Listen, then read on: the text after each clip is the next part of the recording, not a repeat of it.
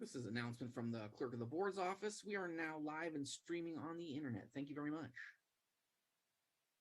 And Sarah, I see you've joined us. Would you like to do a microphone test real quick? Hello, testing. Thank you very much. I can hear you. Cool. And Javier, I see you've joined us as well. Would you like to do a microphone test? Yes, good afternoon, everyone. I can see you and hear you. Thank you very much. Gary, I see you've joined us as well. Would you like to do a microphone test? Good afternoon. I can hear you. Thank you very much. And Mary, I see you've joined us as well. Would you like to do a microphone test? Thank you very much. Thank you. I can see you and I can hear you. Thank you.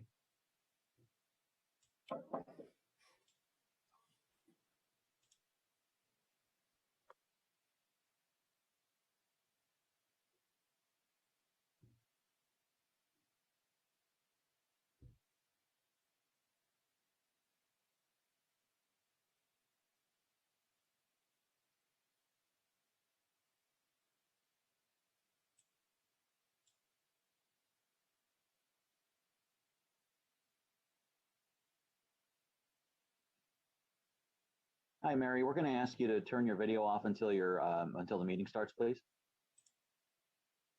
Thank you.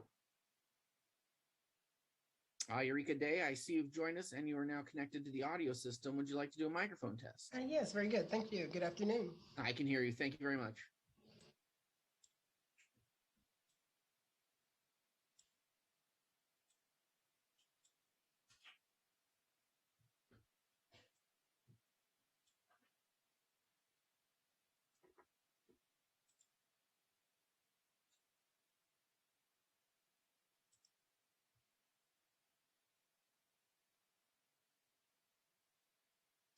Hi, Chad. I see you've joined us. Would you like to do a quick microphone test?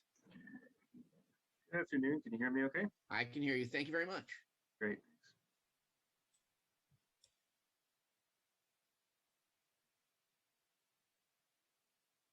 Judge Manley, I see you've joined us. Would you like to do a quick microphone test?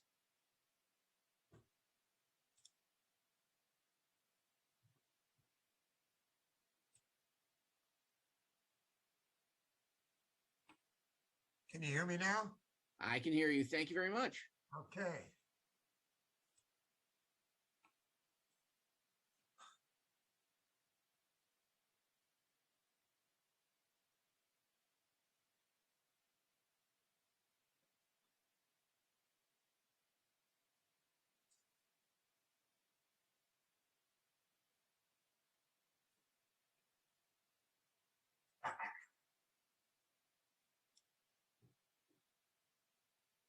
Tony, I see you've just joined us. Would you like to do a quick microphone test?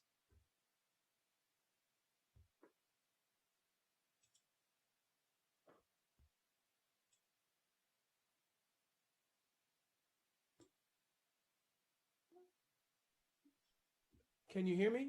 I can hear you, Tony. Thank you very much. Okay, thank you.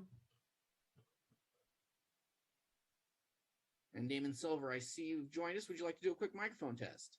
Good afternoon. This is Damon. I can see you and I can hear you. Thank you very much. Aaron O'Brien, I see you've just joined us. Would you like to do a microphone test? Happy to do so. How's that work? I can hear you. Hey, Thank you Dave, very your much. Dave, your sound is actually coming in and out in a weird way. Oh. Sorry, do you mean me or It's a Collins? little choppy, like right now. Okay, let me plug in my headset. Hold on just one moment. Okay. Sound better?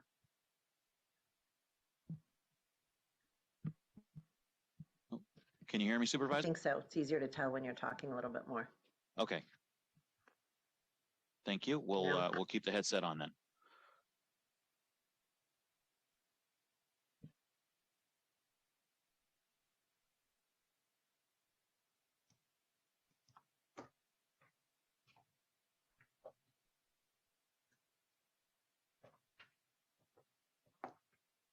Good afternoon, everyone.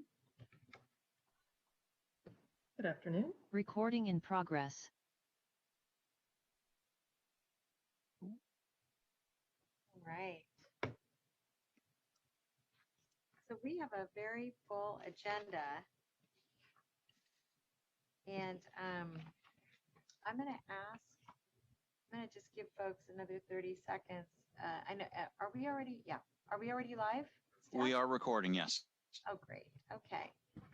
So with that, I'm going to welcome everybody to our reentry meeting. I'm excited to see all of you or some of you. I'm excited to see a few of you, but see that a lot of you are here. So I'm going to go ahead and ask if our clerk can call the roll. All right, good afternoon. Chairperson, if it's okay by you, I'm going to go by seat number just to keep it easier for me to keep track of who's here. Okay, thank you. All right, Chairperson Chavez. Here. Seat number 2, Member Smith or alternate member Binder. I believe the Sheriff's Office is signed in. I do not see them. We're here. Oh. Sheriff Smith. Okay, we'll come back. Seat number 3, Member Tomolinas. Seat number 4, Member Zahner. Here. Thank you. Seat number 5, Dr. Smith or Gary Hersig. Gary Hersig's here. Thank you. Seat number 6, Chief Garnett. Here. Thank you. Seat number 7, Dr. Cody. I am here. Thank you, Dr. Cody. Seat number 8, Councilmember Esparza will not be here today. Seat number 9, Member Molly O'Neill or alternate member Silver. Yes, this is Damon. I'm here for Molly. PDO. Thank you. Seat number 10, Member Rosen or alternate member Angel. This is David Angel. I'm here. Thank you. Thank you. Seat number 11, Member Nikolai, I believe will not be here today. Seat number 12, Member Minakuchi or alternate member Shing. Bob is here. Thank you. Seat number 13, Sherry Terrell. I'm here. Thank you. Seat number 14, Member Mills. I'm here, Dave. Thank you. Seat number 15, Dr. Dewan or alternate member Olmos.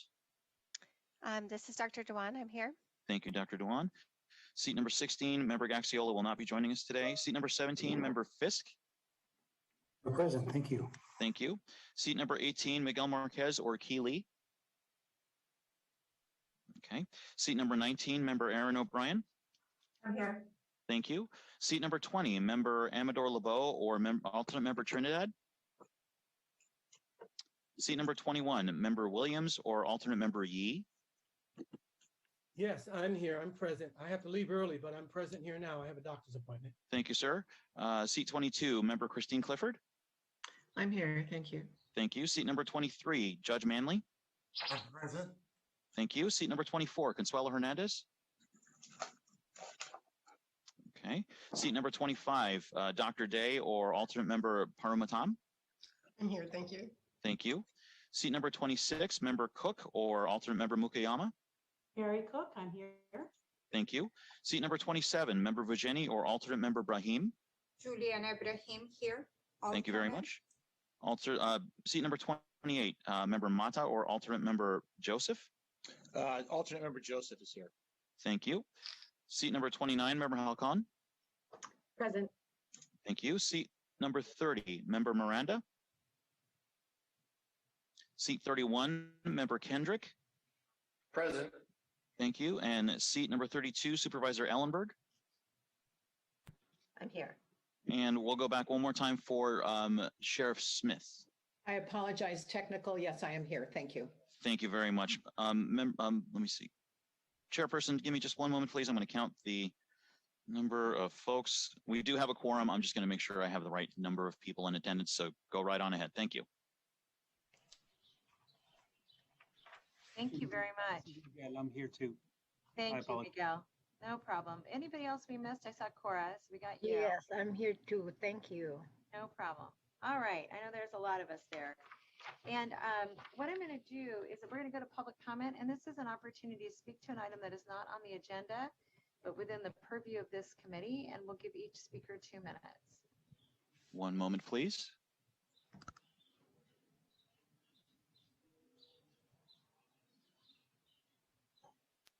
Our first speaker is Scott Largent. I'm unmuting you. Please accept the unmute. You will have 2 minutes to speak. The timer will start when you begin speaking. Thank you. Excuse me. Good afternoon, everyone. Scott Largent. We are now on stage 2 of the abatement that's happening down the street from the county building. It is the largest homeless encampment pretty much in the state of California.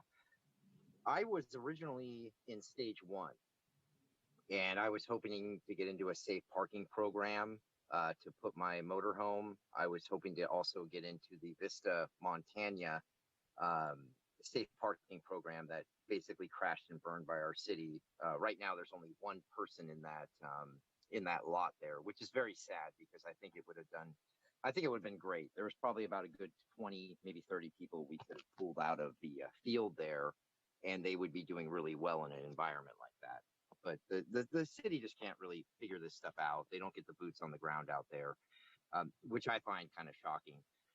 I moved down into stage 3. Now, I normally work every day. I see my daughter now all the time, which has been great. And I just needed kind of a spot to be at for a little bit. My neighbor, he was moved also. He's an elderly Japanese man. I wanted to keep an eye on him, watch out for him. He's a very nice man. Night 1, when we moved farther down, somebody tried to burn his tent down. And that's just very sad because this man should never have to deal with that. Nobody should have to deal with it. People settle their differences out there by lighting each other's stuff on fire, which I find shocking. I wish the proper investigations would happen out there. I wish law and order applied out there. It just seems like that big mop bucket that everybody's kind of leaving alone. And take the time to drive down Spring Street. Just take the time to look. It's like those videos of Skid Row that are on YouTube. And these people need all of your help really bad. So thank you. Thank you, Scott. And that concludes our request to speak. Thank you. We're going to go to item 3, and this is our consent calendar. And just to review this is our minutes from our August 11th meeting. Item 11 is our reentry resource quarterly dashboard. Thank you for the dashboard. And item 12 is acceptance of a board resolution declaring a state of emergency so that this group can continue to meet remotely. I also want to make sure that we can hear 8 and 9 together. These are 2 reports from the Office of Reentry Services. And Judge Manley has asked that we defer item 7 to the next meeting to allow him and county staff additional time to work out the remaining issues. And item 7 is a report relating to timely and appropriate sharing of information among custody health services, behavioral health services, and the Superior Court. Can I get a motion for that item, for the consent calendar with those changes? So moved. Thank you, Judge Manley. A second? A second. Thank you. And that was from Chief Garnett. And I'm going to ask for a roll call vote. Chairperson Chavez. Yes. Member Smith. Chair Smith. Yes. Thank you. Member Tomalinas. Yes. Member Zahner. Yes. Member Hersig. Yes. Member Garnett. Yes. Member Cody. Yes. Member Silver. Yes. Member Angel. David Angel. We'll come back. Member Minicucci. Yes. Member Terrell. Yes.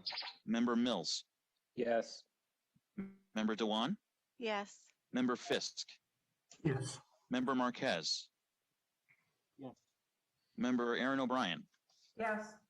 Member Williams. Member Williams. I'm sorry, muted. Yes. Thank you. Member Clifford. Yes. Member Manley. Judge Manley. Yes. Member Day. Yes. Member Cook. Yes. Member Brahim. Yes. Member Joseph. Yes. Member Halcon. Yes. Member Kendrick. Yes. Supervisor Ellenberg. Yes. And one more time for alternate member Angel. Yes, thank you. Thank you. Thank you, Chairperson. Thank you very much. Thanks, Dave. That's yeoman's work. All right. So we're going to now go to item 4. And this item is to receive a report from the Office of Reentry Services relating to the 10-year anniversary of the Assembly Bill 109, the Public Safety Realignment Program. And Gary and Javier, I understand you are going to be leading us through this. this Yes. presentation. Excellent. Yes, Thank you. Supervisor. This is Gary Hersig, Deputy County Exec, and I'm going to tee this up and then turn it over to Javier. And we had some questions since COVID started of how we were able to relieve the jail population of almost 1,000 individuals at its height. And we wanted to share the work, the reason we were able to do that successfully, along with the court, I should mention, who changed their bail policy during COVID that greatly assisted us in our efforts to reduce the jail population. But the main reason we were able to reduce the jail population during this time was because of the successful implementation of AB 109, which is basically almost to the day 10-year anniversary today when it was implemented. So we wanted to quickly highlight all the things that we've done. It's a lot of body of work. We also wanted to just show the programs and initiatives that we've built over time in this continuum of care, and then depict some of the points of interception that we've created with the intercept model in the county that we've modeled after the San Antonio, Bexar County in San Antonio. So with that, I've asked Javier to try to go quickly. It's a lot of information, and we're just going to touch on the high points and then take questions at the end. So Javier? Yes, thank you, Gary. Javier Aguirre with Office of Reentry Services, and it is my great distinct honor to present to you this 10-year timeline. It's an incredible review of almost close to 100 different initiatives, programs, work groups, work that we've done. And this next slide that we'll have Amanda tee up just shows you the breadth of the 10 years, just many, many programs again, that has been an effort from almost very the beginning when AB 109 was first established. Next slide. So just want to highlight in 2011, as Gary mentioned, AB 109, Public Safety Realignment, was implemented. But even before that, at the board level, there was the creation of the Reentry Network, this body that really guided our work in terms of implementing AB 109 and the Community Corrections Partnership. And then in 2012, we were very fortunate that we were able to open the Reentry Center here in San Jose. And as we gear up to celebrate that in February of 2022, we'll be able to say that we've served over 100,000 visitors. That's 100,000 reentry clients that have come to the center, serving close to 25,000 unique individuals that since we've opened the door here at the Reentry Center. Next slide. And then in 2013, one of our partners, the Public Defender's Office, we created the Reentry Expungement Program to really help those individuals get the records expunged so they could have access to more job opportunities and housing opportunities. And then in 2014, with the leadership of Supervisor Mike Wasserman, we opened a satellite office in San Martin. And then a few years later, we moved that satellite office to create the South County Reentry Center in Gilroy. Next slide. And then in 2015, as many of you were participating in the Blue Ribbon Commission on Improving Custody Operations, and in this body, the Reentry Network formed the Jail Diversion and Behavioral Health Subcommittee, which reviewed a lot of processes, programs, and different tasks that the staff engages clients in custody and in the community. And really, it created a $8 million one-time of AB 109 funding and ongoing support for multiple jail diversion programs that Behavioral Health has been updating the board twice a year. And then in 2016, we revamped our employment program with the leadership of Goodwill of Silicon Valley, creating more job opportunities for our clients. Next slide. And then in 2017, at the request and support of Supervisor Cindy Chavez, we created the Mission Street Sobering Center. It was known as the Sobering Center in 2017, only focused on folks that were publicly intoxicated, with the partnership with the Office of the Sheriff Patrol Unit, Mountain View and Campbell law enforcement agencies, and over time we've expanded that. And then in 2018, there was a discussion on the main jail replacement that has been instrumental in having the conversations about jail diversion and how do we serve our folks that are mentally ill in custody. Next slide. And then in 2019, a year right before COVID, as you can see, the magnitude of programs, services, task force that just went, just a lot of our key stakeholders participated. So this 2019 was just a huge year in terms of services. And one thing that I'm really proud of in collaboration with behavioral health was opening Middle Right Recovery Center, which is 15 mental health beds and 30 substance use beds, a co-occurring unit that we transformed a former juvenile hall, a juvenile girls ranch into an adult reentry center, a recovery center. So we're really excited about that. Next slide. And then in 2020, the Mission Street Recovery Station is now its new name. We've added mental health and drug use services. And this is in response to law enforcement agencies that need an alternative to the jail, but also to expand the use of the recovery station and really working with law enforcement agencies. Now folks that are having some mental health crisis or under the influence of drugs can access the Mission Street Recovery Station here at the Reentry Center.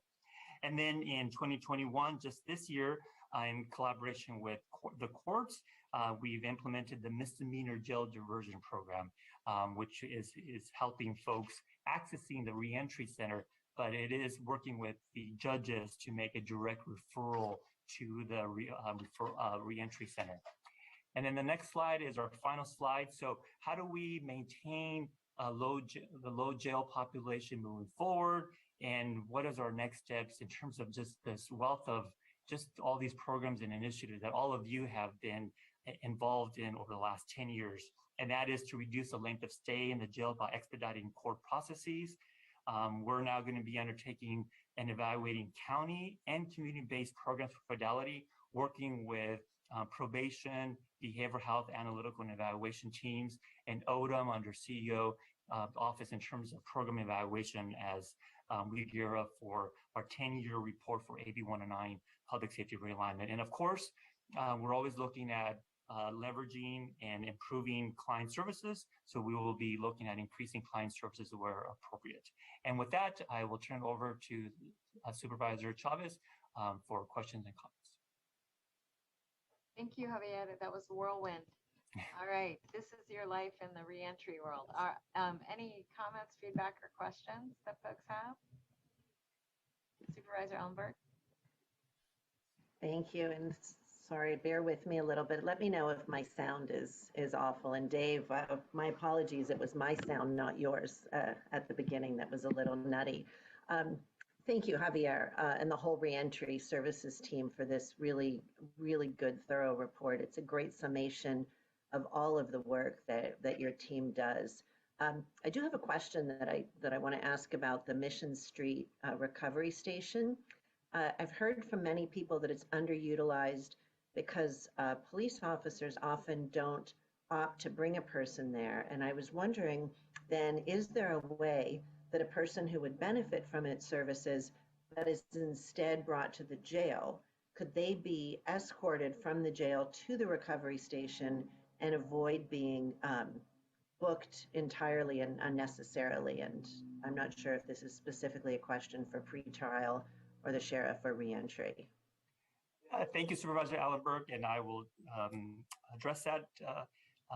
We are working closely with our law enforcement agencies to increase the capacity. We do see an increase of capacity from our behavioral health providers and the emergency departments.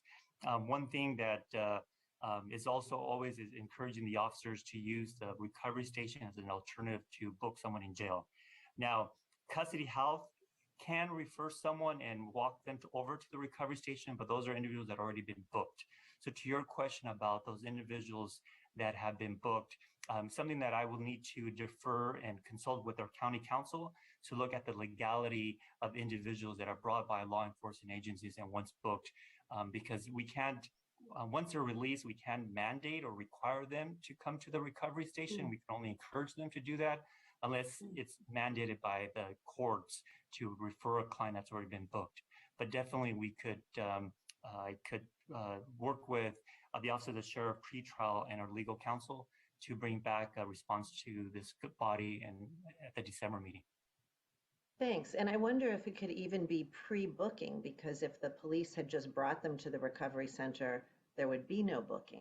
So what I'm, and I appreciate you're getting back to me. I realize that it might be more complicated than I'm imagining, but what I'm thinking is if they could have gone there in the first place, but the police bring them to jail, is there some stop point that could say, no, we're not even booking this person, take them to the recovery center?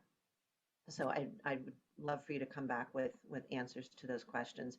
And I do have one other comment that I want to make, Supervisor Chavez, but I would love to hear from all the colleagues on this committee first, and then I'll come back. And then if you don't mind coming back to me, I would appreciate that.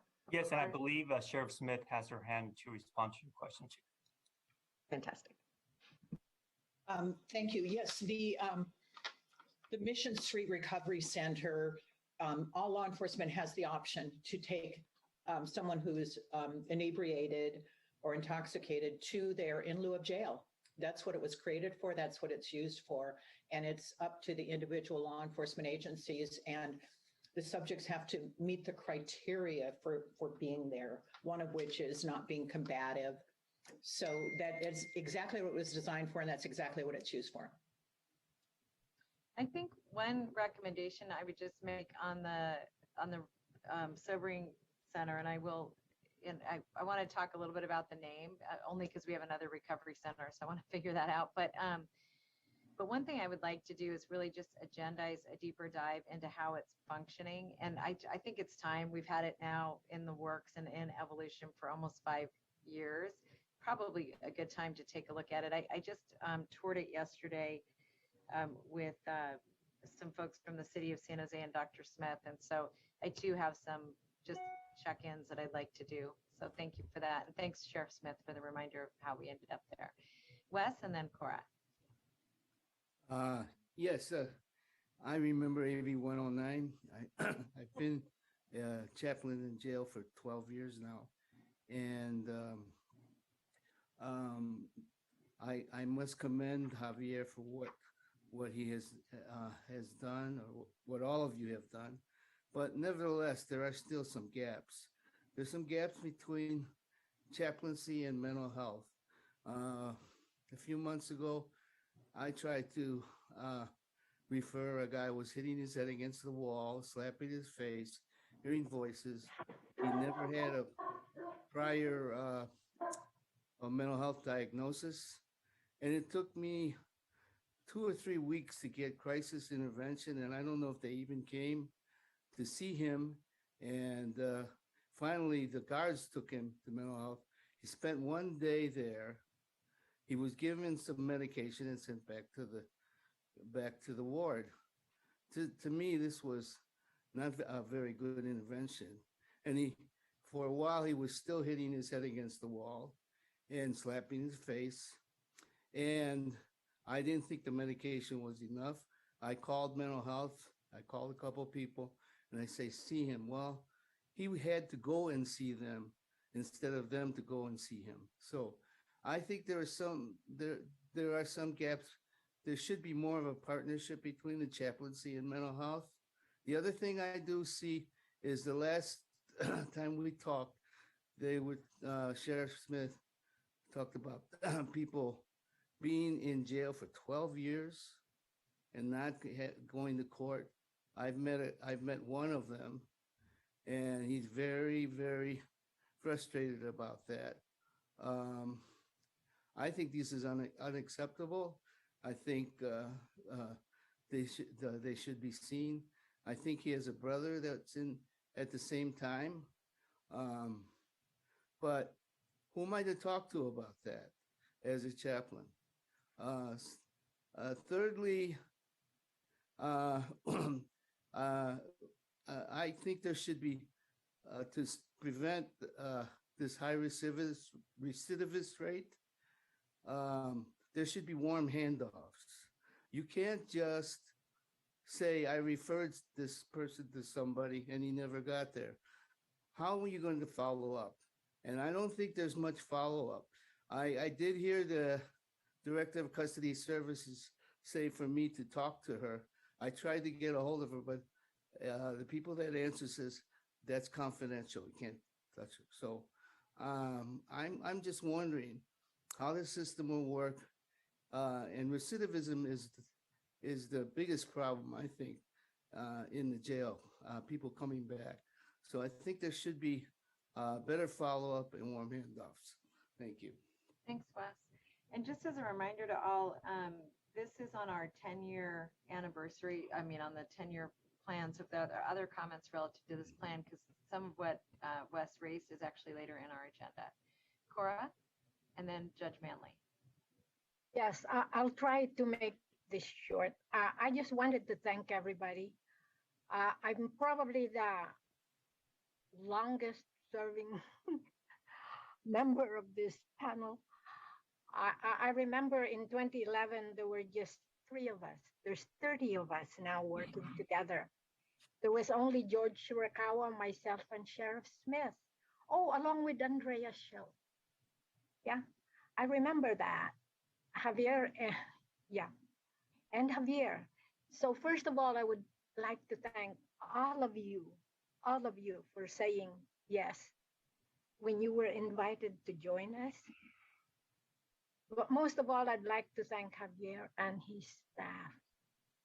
I look at the programming we have, and there's probably no other state in this country, or maybe this world, I don't know, that has this programming that cares so much, not only for all our residents, but this population as well, who almost always are forgotten.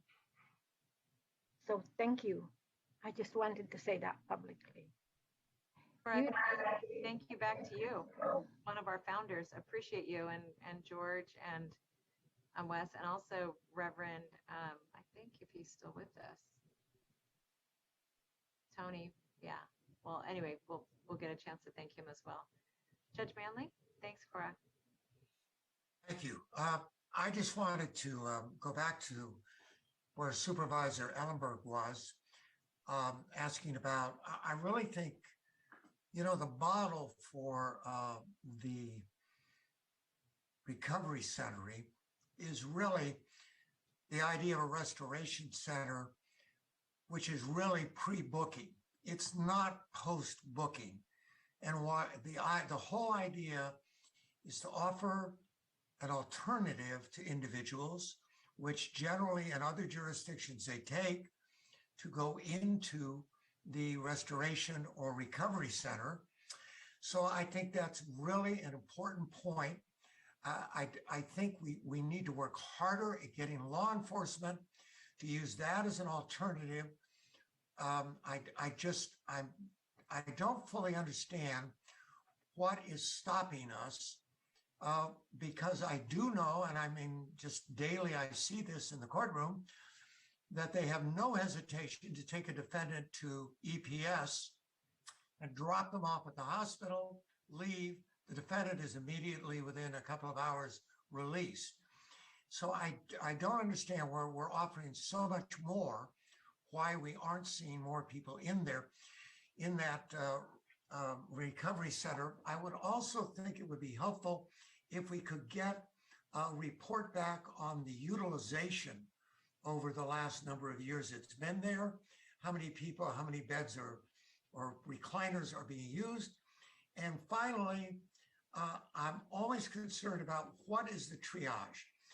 When, after the 23 hours, the 15 hours, whatever period of time the defendant's there, the individual, I should say, not a defendant, are they moved on into treatment? Do we have any data that shows they're getting treatment and services? I just think that would be very helpful to evaluate that program in terms of my hope that it could be expanded. Thank you. Yeah, Judge Manley, and I'll ask Maya on my team to work with staff to have the recovery center put on our next agenda, because I just took a tour and I have a lot of the same actually feedback. So thank you for that. Christine, and then Aaron.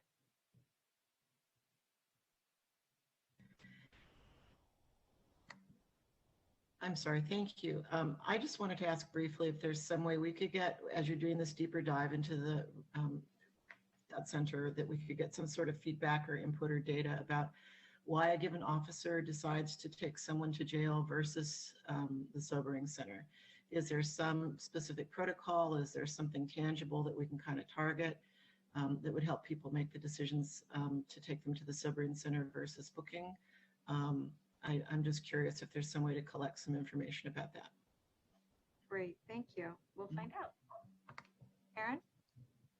So kind of building on everybody else's comments, I think the time is now for us to develop a booking protocol.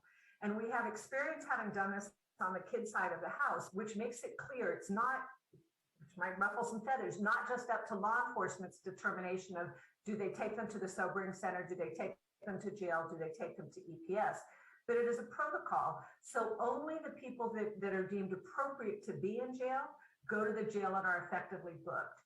And I think what this means is we must develop effective alternatives for law enforcement, because we can't, there has to be some place to take these folks if they're a danger to the community or if they're a danger to themselves.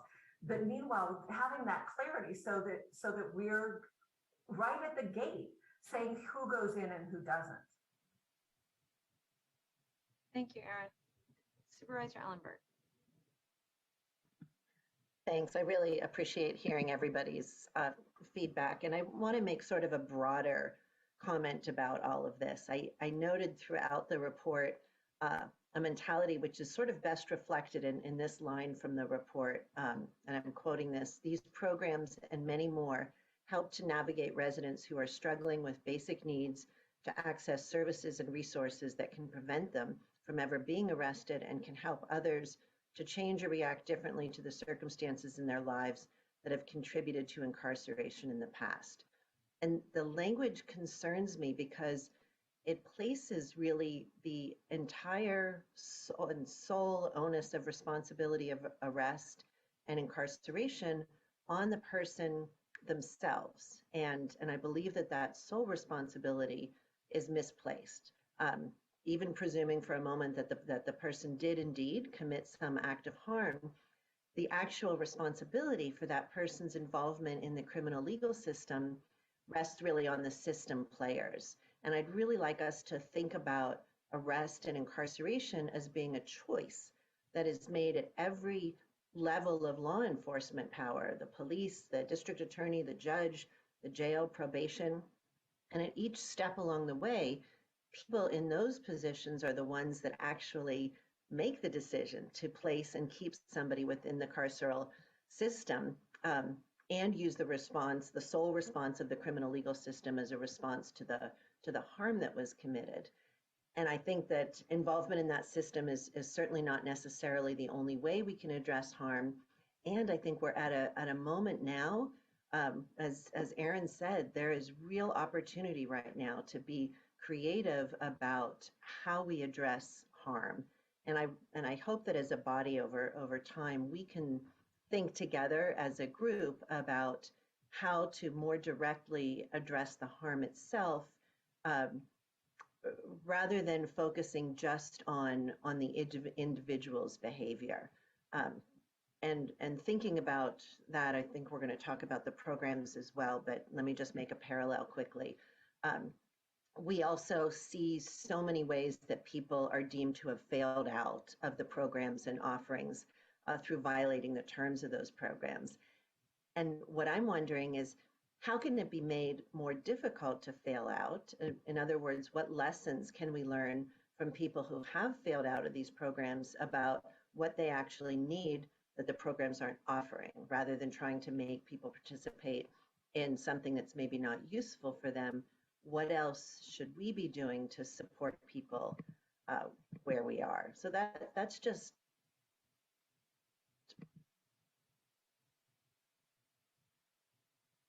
the kind of the lens that I'm actual responsibility regarding who ends up in our system and who is able to avoid it. So thanks for listening to that. Thank you. Javier, you were going to have the last word. Thank you. I do want to acknowledge and about the addressing the harm itself, and then the ways of engaging clients. And in the report, we talk about the work of peer support and community workers across the sequential intercept model. And we really want to focus on that because it is the peer navigators working alongside our clients throughout this whole system is such a huge benefit. And we're very proud to collaborate with a lot of our reentry center staff, community workers, and our CBOs to create those positions in their contracts.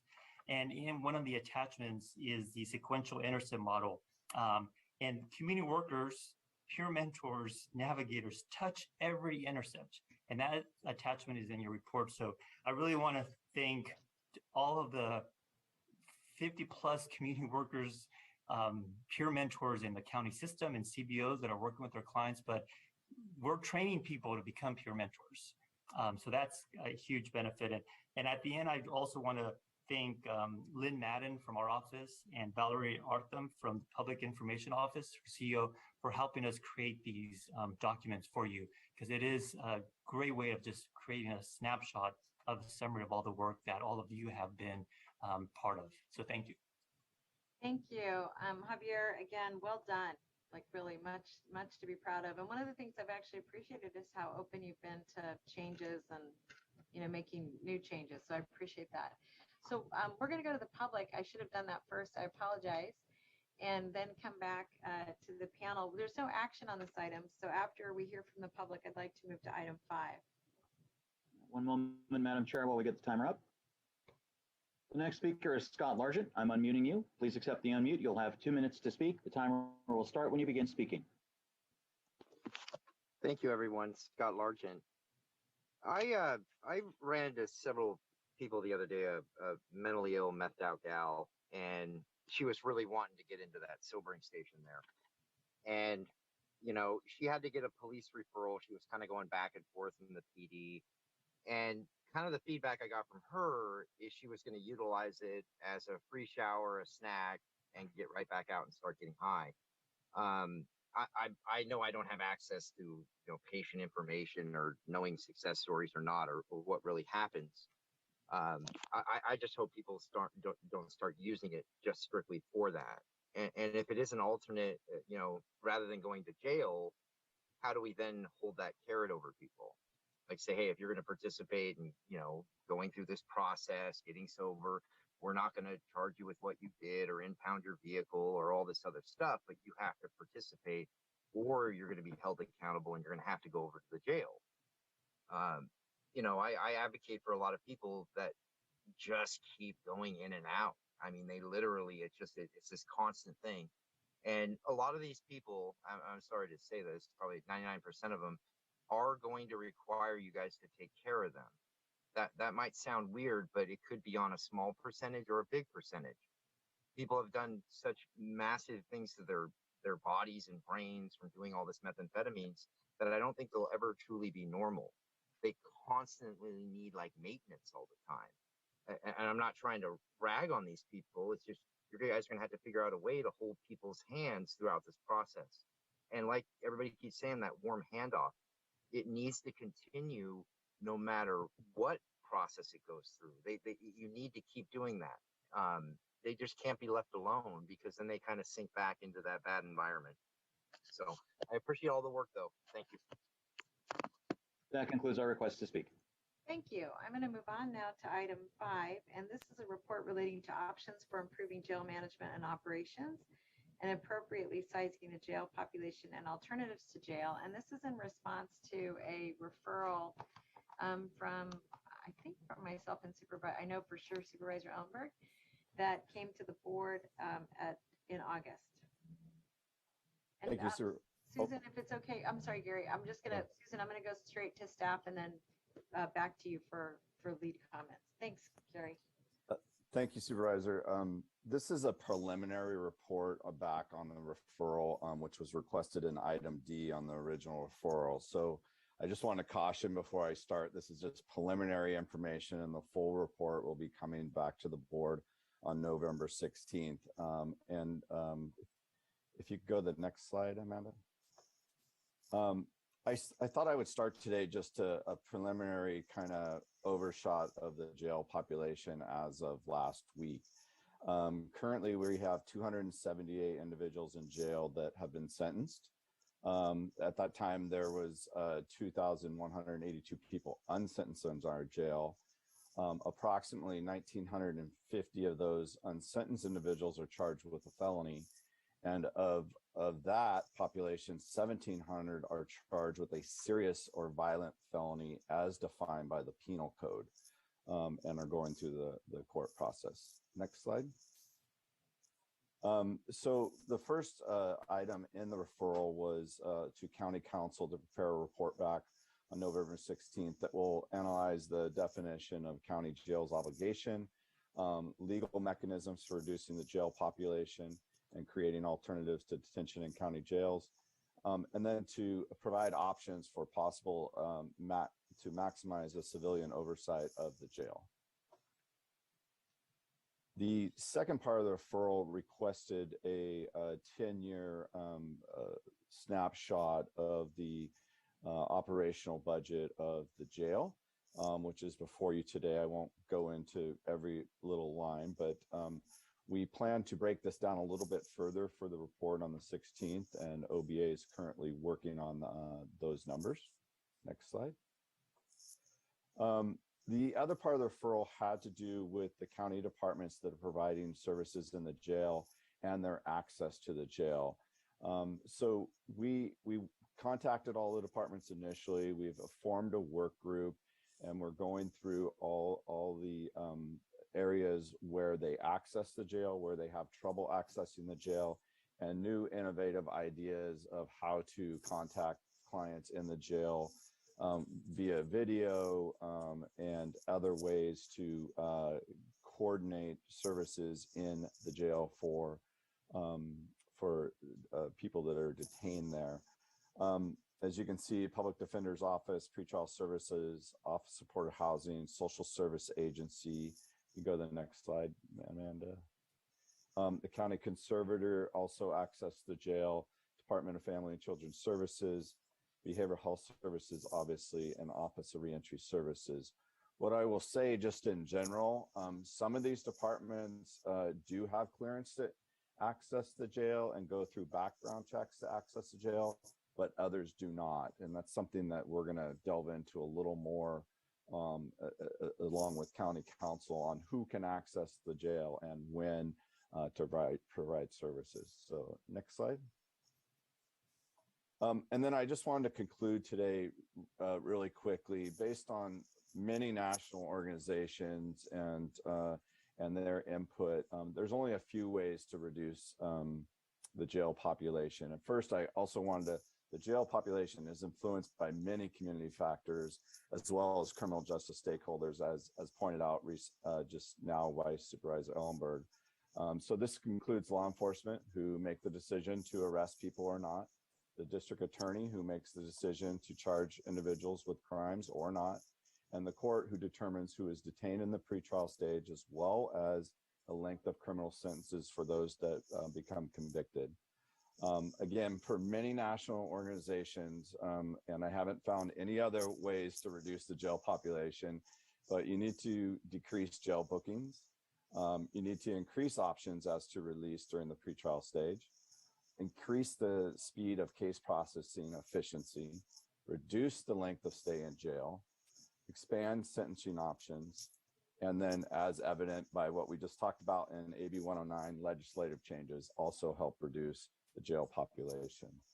So with that, I will take questions. Thank you. And I understand this is a preliminary report. If you don't mind, I'm gonna go to the public first, and then I'll come back and give everybody a minute to think about what they would like to add. And if we can give each speaker 2 minutes, thank you. All right, one moment while we get the timer up. Thank you. Our first speaker is Leslie Zeiger. I am unmuting you. Please accept the unmute. You'll have 2 minutes to speak. The timer will start when you begin speaking. Hello, I'm Leslie Zeiger. I live in Supervisor Simedian's district, and I'm an organizer with Showing Up for Racial Justice at Sacred Heart and a member of the Care First Coalition. I was taught that in the US, people are innocent until proven guilty. But then I learned that 89% of the people in Santa Clara County jails today are unsentenced. We can do better. We can let people be with their family, surrounded by their community as they await trial by using community-based non-carceral programs like DBUG's pretrial release model. This is the moment to radically reimagine public safety in Santa Clara County. On November 16th, the final report to the board needs to provide models of public safety that repair harm in our communities rather than inflict punishment and further trauma. Thank you. The next speaker is Bruce Hahn. I am unmuting you. You'll have 2 minutes to speak. The timer will start when you begin speaking. Great, thank you. I don't know if you just get my audio or if you get my video as well. I do have a full Zoom camera. My name is Bruce Hanna. I live in Sunnyvale in District 5, and I'm a supporter of showing up for racial justice at Sacred Heart, which is part of the Care First Coalition. I was happy to see that the preliminary report slide deck that we just saw for this agenda item does recommend that the county should increase options as to release during pretrial stage. For the past 4 years, in fact, Silicon Valley Debug has been implementing exactly that type of program as part of their community release project. It's community-based, it provides family support, and it keeps people out of jail. And they wrote an article about that just recently about some of the services they are providing to folks. My request is that the final report that is presented on November 16th should do 3 things. First, it should center the voices of impacted people in its solutions. Second, it should name specific plans to drastically reduce pretrial detention. And third, it should aggressively pursue non-jail alternatives to reimagine and improve public safety. Thanks very much for your time. The next speaker is Karen Matsueda. I am unmuting you. Please accept the unmute. You'll have 2 minutes to speak. The timer will start when you begin speaking. Thank you. Yes, this is Karen Matsueda. I live in District 2, and I'm a member of Showing Up for Racial Justice and the Care First campaign. First of all, thank you so much for your push to reduce the jail population and to create alternatives to detention. As the sister of a man who struggled with mental illness and the law, I've experienced the profound and cumulative harm that even a short time of isolation from familiar support systems can inflict on people that are already vulnerable. I'm also convinced that a network of services that increases food, housing, and job stability, supports people dealing with mental health and substance abuse, and keeps families together will create a more vibrant and generative community. So I urge you to ensure that the final report sent to the board in November underscore the centering of system-impacted people, focus on drastically reducing the jail population, and boldly advocate for a system of non-carceral, community-based solutions. Thank you. The next speaker is Serge EWG. I am unmuting you. Please accept the unmute. You'll have 2 minutes to speak. The timer will start when you begin speaking. Hello, my name is Michelle Coleman, and I live in Supervisor Ellenberg's district. I am a member of Showing Up for Racial Justice at Sacred Heart and a member of the Care First Coalition. I would like to thank Supervisors Chavez and Ellenberg for their continued leadership in moving our county toward a better future, one that embodies true community safety and care for all. I am proud of the leadership that our community has shown in protecting our immigrant community, protecting children from lead, and looking for alternatives that protect, not harm, the well-being of our community members. Right now, our county has the opportunity to radically reimagine what public safety for everyone looks like. The trauma inflicted upon our incarcerated community members, most of whom are legally innocent and awaiting trial, cannot be overstated. Loss of care and companionship, loss of employment, loss of income, lack of parental guidance to their children, destabilization of family housing, medical neglect, and an environment that would challenge anyone's mental health, which is an especially acute harm since the majority of jail residents are affected by mental illness. We have an opportunity to address these harms by rolling back our own local portion of mass incarceration. Debug's pretrial release model is an example of one possible future. The November 16th report should reflect the supervisor's commitment to depopulating our jail, center the voices and concerns of system-impacted people, and once again show the nation that another future is possible. Next speaker is Julia Mangione. I'm unmuting you. Please accept the unmute. You'll have 2 minutes to speak. The timer will start when you begin speaking. Hello, my name is Julia Mangione, and I live in District 4. I'm a member of Showing Up for Racial Justice, SURGE, at Sacred Heart, and a member of the Care First Coalition. I'm calling because our current carceral system does not make our community safe. We commend Supervisors Ellenberg and Chavez and the Reentry Network for moving in the direction of depopulation of the jails, especially for people in pretrial detention. Releasing people from pretrial detention and keeping them from being incarcerated in the first place means parents can be present with their children, people can keep their jobs and continue supporting themselves and their families, and supports the mental health and wellness of people awaiting trial. This keeps all of us, inside and out, healthier and safer, especially the most impacted members of our community by the carceral system. We want this November 16th report to reflect the commitment to depopulating the jails, to prioritize the voices of those most impacted, and to prioritize alternatives to incarceration. Thank you. Next speaker is Nancy Calionis. I am unmuting you. Please accept the unmute. You'll have 2 minutes to speak. The timer will start when you begin speaking. Hello, my name is Nancy Caviones, and I live in District 1. I am a member of Showing Up for Racial Justice at Sacred Heart and a member of the Care First Coalition. I am calling today, first of all, to commend the Board of Supervisors and other county officials for the positive direction their discussions and governance have taken in the past year. It is always a tremendous thing when the people feel like they are being heard. For many years, I taught in the South Bronx High School, and many of my students were impacted by the carceral system, whether it was themselves or a family member, in ways that shaped the rest of their lives, usually for the worse. Pretrial incarceration is disruptive and has a snowball effect that leads to long-lasting and often irreversible damage to families and communities. The report due on November 16th should reflect the Board of Supervisors' continuing commitment to reducing the jail population, repairing harm to communities, and course-correcting the systemic racism that has burdened our collective consciousness for far too long. This is an amazing opportunity to radically reimagine public safety, and I urge the Board of Supervisors to embrace it. Thank you. Next speaker is Susan Owick. I am unmuting you. Please accept the unmute. You'll have 2 minutes to speak. The timer will start when you begin speaking.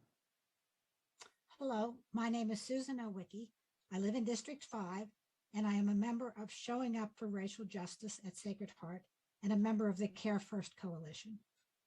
A few years ago, I didn't know much at all about the U.S. carceral justice system. Now I've learned a bit, and I'm appalled by its impacts. One impact is the way it exposes incarcerated people to trauma and neglect, making it extremely difficult for them to successfully re-enter our community. I want to thank Supervisors Ellenberg and Chavez for making the referral that led to the report you just received. I hope that today's meeting will guide the final report towards strong steps to reduce the jail population and to provide effective mental health and substance abuse treatment for incarcerated people and those re-entering our community. Thank you. Next speaker is Molly Macleod. I am unmuting you. Please accept the unmute. You'll have 2 minutes to speak. The timer will start when you begin speaking. Good afternoon. My name is Molly Macleod. I live in Supervisor Ellenberg's district, and I'm also part of Showing Up for Racial Justice. I sent an email to all of the Board of Soups with some information from Aubrey Lee from Google. And although the focus there is on disability and employment, the last question of the nothing without us at all. Can people with any kind of disabilities assume they can easily access the services? And the thing that's so very important is that the largest minority in jails and prisons are people with disabilities and those who are multiply oppressed through racial and racism and ableism are it's profound. And as Judge Manley was saying earlier, the importance of getting people before they're in the system, because the barriers that are put up after one is locked up. For example, my son, who was at Elmwood, had received, was working towards his high school diploma at 20 as a disabled student with an individualized education plan. We actually called for, and after lots of advocacy, finally got an individualized education plan. Well, to have a teacher go in, actually went through the visitor process and just the hoops that had to go. And then my son studied with the students going for their GED for the Milpitas education. You know, all of the things that are mentioned, food, housing, mental health services, the barriers to getting them before and not after are so very important. Thank you. That concludes our requests to speak. Thank you very much. I'm going to go to Supervisor Ellenberg first.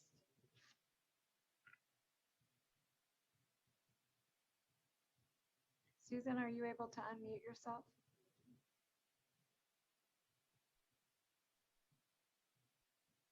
You are Madam still. Chair, she might be having connection issues. Yeah, she sent me a note. She was. I'll go to Damon, and then if she pops back in, we'll grab her again. Go ahead, Damon. Thanks, Supervisor. I just wanted to, first of all, thank Gary for synthesizing a lot of information here. And I want to flag one particular issue, which was, as Gary noted in his slide, I think it's 1,950 unsentenced individuals are being held on a felony count. So they haven't been convicted of any crimes, but 1,700 of them are charged with serious and violent felonies.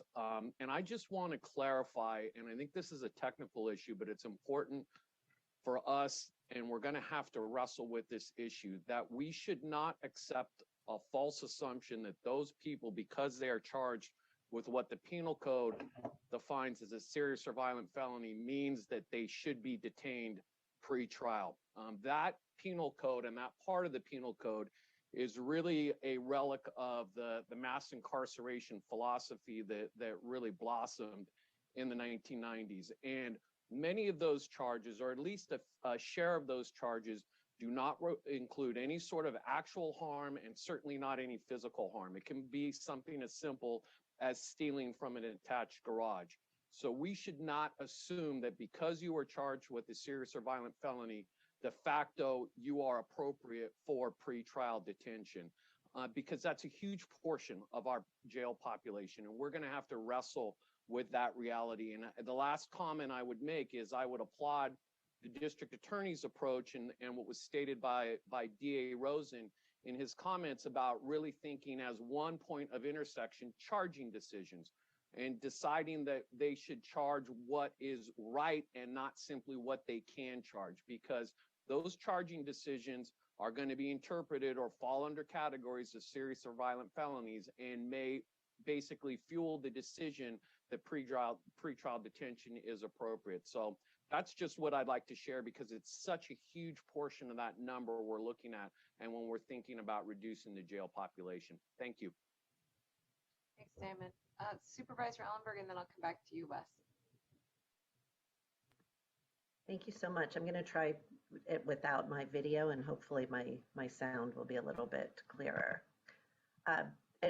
And I'll just start by thanking the county exec's office for putting together this preliminary report in response to my and Supervisor Chavez's referral. There's a lot of useful information around various aspects of the criminal legal system. In the public defender's report about access to the jails, they made the recommendation to configure the anticipated 2,000 new jail tablets with directories from the PDO, PTS, behavioral health, probation, and Judge Manley's mental health staff. So all of those entities can initiate contact with the clients and provide them with needed services. Is that possible? And if so, what would the time frame be? So, Supervisor, that currently isn't possible with the tablets in the jail. There's also legal aspects to that. on those tablets about confidentiality and communicating with attorneys in a setting where there's other individuals around. We need to do more work on one, making them accessible and confidential, those channels through the technical spot. We also need to identify a safe space in the jail for people to have those communications on a regular basis with their attorneys. So I don't have a time frame for you, but it's something we are looking at. Thanks. I appreciate that, and having that safe, confidential space for conversation is certainly critical and could address some of the privacy concerns. Just looking at attachment B in the supplemental materials, I understand that this budget reflects the entire corrections budget containing the combined budgets for the Sheriff's Correction Division and the Department of Corrections. And I'd like to request right now an off-agenda report to be delivered to the Board of Supervisors before the November 16th BOS meeting that contains the disaggregated numbers for just the Sheriff's budget and just the DOC budget to come back to, as I said, the supervisors and as well each member of the Reentry network. We can do that. Thank you. Great. Thank you so much. Thank you, Susan. Wes? Yes, I happen to be in Sedona, Arizona right now on my vacation, but there's in the news today, and it goes to show you how much the Santa Clara main jail system has improved. There is a mental health person who was shoplifting, put in jail, and he was deprived of water to the point of 3 or 4 days until he had to be drinking out of the toilet. His mother had said that he needed medication. He didn't get medication until 3 or 4 days after. And the judge ordered him to be released, but they ignored it. And they did not see him for 5 days, and he committed suicide. I believe that's what it was. But he died one way or the other. So things have changed. There are places in this country that are much worse than they are in Santa Clara, and because of the improvements that have been made since the Blue Ribbon Commission. But I was wondering, and the question I have to Gary or Gary Herseg, what happened to the 90-day discharge plan that was talked about several years ago and has not been implemented? I'd like to hear something about, is there such a plan anymore, or will it happen? And if it will, when will it happen? So I think, Wes, you're referring to the 90-day review of any cases detained longer than that pre-trial. Is that correct? No, there was a plan to have a 90-day discharge plan, preparing people to get to be released, and also bringing in people from the community to make the warm handoffs. Oh, okay.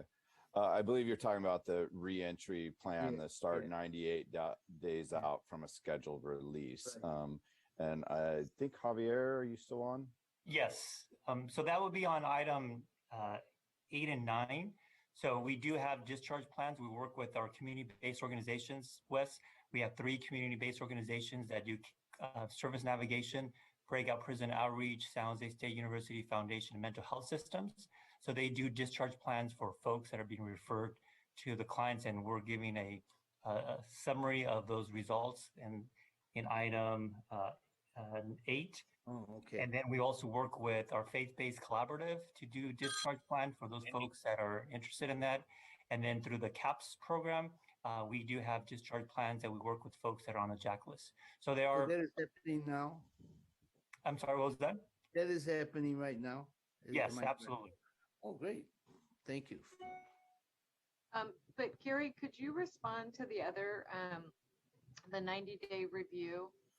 Yeah. So that 90-day review is actually obsolete now because of the PAR team, and Damon can speak on that as well. But they're constantly reviewing every booking for expedited release and reviewing the individual's circumstances of not only their case, but their individual circumstances as to possible release location. So, Damon, I don't want to steal your thunder. You want to chime in? You know, Gary, I think Charlie Hendrickson's on here. He may actually even have a little bit more detail than I have, or Matt. Otherwise, I can make a couple comments. Yeah, Damon, I'm on. I can't get my video going. I'm actually out of state right now. Can people hear me? Yes. We can hear you, Charlie. Okay, great. Yeah, so the idea of PAR is to reach out and do a early representation review of every client that comes to the Public Defender's Office. With current staffing and abilities to access clients in jails, or difficulties accessing clients in jails, we do not serve every client that comes through the Public Defender's Office right now. We serve a portion of them. For those that we serve, I think it's an incredibly successful program, and we're able to do a couple of things. One is we're able to contextualize the individual. Charlie, we kind of have a bad reception. I think maybe what I'll do is we should probably just, again, agendize PAR, because it's worth us doing a check-in time-wise, and I know we have a full agenda. And Charlie, when you're back, we'll schedule it when you're back, and you can present on it if that's okay. I'm going to go to Cora and then to Matt. Yes, thank you. Every time the community member speak, you say thank you. And I just would like to add my personal thank you for that, because if they didn't come, we have a difficult time putting faces to the numbers that we have, like the 1,700 people. Damon, thank you very much for that information. When the community hears there's 700 people that are charged with felony, we don't know. We don't know the real reasons why. Like you're saying, it's because there's a penal code that's a relic from, who knows where. And the only time that we get that kind of information is when we come to you, when we become engaged in the discussion. So thank you for that. Thank you. With that, you got the last word, Cora. Thanks so much. I think we have I know we have a few follow-ups. Matt, go ahead. All right, just in a very tiny nutshell, Mr. Hersig was right on point. The PAR and rapid representation has greatly decreased the from time of booking to pretty much everything after that. Just as an example, this morning, I, with the DA's support, personally provided 37 packets to one attorney at the Public Defender's Office, and they are going into 16 different pods, interviewing people holistically to get them either released, considered for the kinds of charges to be filed appropriately, or just being much more prepared for court. And so instead of a defendant really competing for the attention of one public defender with 30 or 40 other defendants on the day of arraignment, the public defender is much more prepared. And so it's very helpful. Just wanted to share that. Thank you.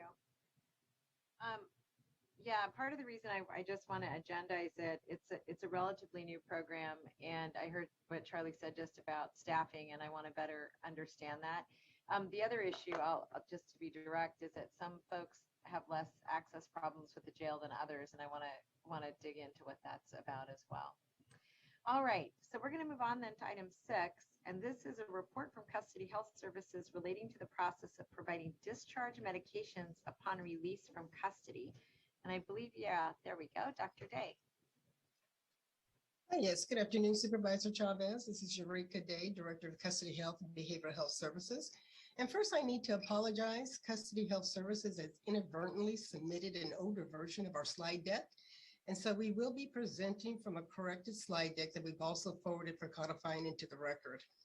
So I'd like to introduce our presenter today, Anu Piramatin. She's our nurse practitioner over our quality department, and she's also a subject matter expert. And so she'll be presenting the slide deck this afternoon on the inmate access to prescription medication upon release. Okay, Anu? Thank you, Dr. Day. I hope everybody can see my slide on the screen. Yes. Good afternoon, everyone. So this particular presentation is related to the discharge medications. So custody health always had a process in place for patients who are getting released on a planned basis. However, the challenging part was capturing the patients with unplanned releases in a timely fashion.